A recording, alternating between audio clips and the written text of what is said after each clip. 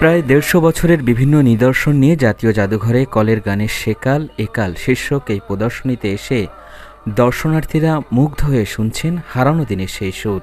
নতুন প্রজন্মের জন্য এই ধরনের প্রদর্শনী ভীষণ গুরুত্বপূর্ণ এবং আমি মনে করি যে নতুন প্রজন্ম তারা যেন এসে এই প্রদর্শনীটি দেখে, কারণ আমরা জাতি হিসেবে যদি আমাদের ইতিহাসকে না জানি তাহলে কিন্তু আমরা আমাদের অতীত নিয়ে গৌরব করার জায়গাটাকে হারিয়ে ফেলব।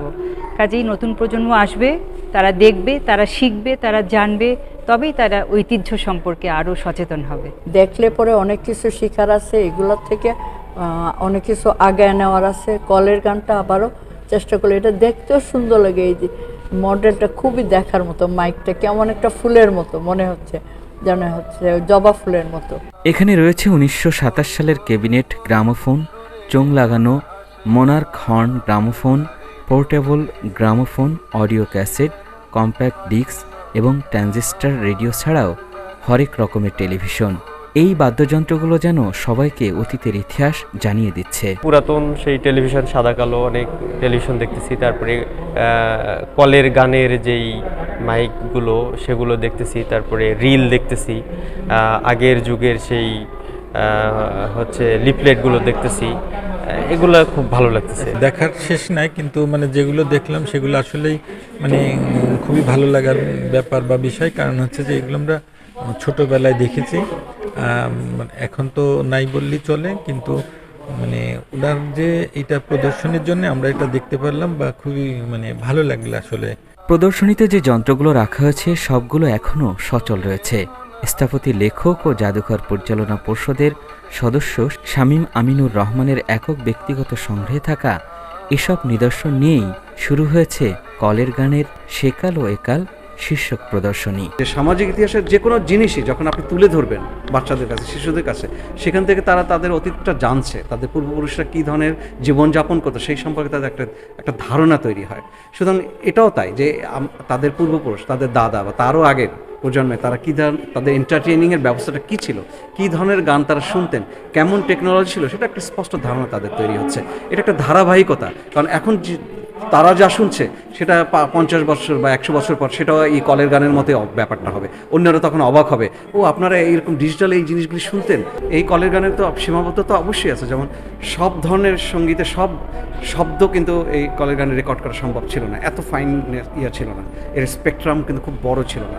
ডিজিটাল যখন হলো, যেমন ডিজিটাল যে ইয়েটা আসলো, সিডি যেটা, হ্যাঁ, সেটার অনেক অনেক বেশি সেন্সিটিভ, অনেক বড় স্পেকট্রামেই তারা সাউন্ড রেকর্ড করতে পারতো, যেটা এখানে আসবে না। খুব সফট, হালকা, যেটা কানে শোনা খুব কঠিন, সেরকম শব্দ হয়তো এখন রেকর্ড করা সম্ভব। দেশের সঙ্গীতের হারানো দিনের ঐতিহ্য ধরে রাখার জন্য 28 এপ্রিল থেকে 12 মে পর্যন্ত চলা এই প্রদর্শনীকে সাধুবাদ জানিয়েছেন দর্শনার্থীরা। তারা বলছেন, নতুন প্রজন্মকে সঙ্গীতের ইতিহাস জানার জন্য সরকারিভাবে কলের গানকে সংরক্ষণ করা জরুরি। শুধু কলের গান না, এটা আসলে টিভি থেকে শুরু করে স্পুল, রেকর্ড, রেডিও সব কিছু এখানে আছে। এবং এইটা দেখার পরে আমার মধ্যে প্রচণ্ড রকম একটা ক্ষোভও জন্ম নিল যে এই জিনিসটা আমি দেখছি আজকে 20 বছর পরে, হয়তো আরও 20 বছর পরে আর কেউ দেখবে না, যেখানে আমাদের এটা আর্কাইভ হবে। সরকার, সবাই যেটা বলছে, সরকার ডাকুক, কার কার কাছে হেরিটেজের কী আছে আমরা সবাই দিয়ে দিব। হয় এগুলো ডিস্ট্রয় হয়ে যাবে, ভাঙাড়িতে চলে যাবে, কিন্তু সারা ওয়ার্ল্ডে যেটা এটা হেরিটেজ হিসেবে নেয়, আমরা সেটার প্রতি গভর্নমেন্ট লেভেল থেকে কেন করছি না, এটা আমার কাছে অনেক ক্ষোভের ব্যাপার। এই যে আমরা যা কিছু দেখলাম, এগুলো তো আমাদের ইতিহাসের অনুষঙ্গ, আমাদের সম্পদ, এগুলো আমরা সংরক্ষণ করছি না কেন? এগুলো সব এনে একটা জায়গায় জড়ো করা দরকার।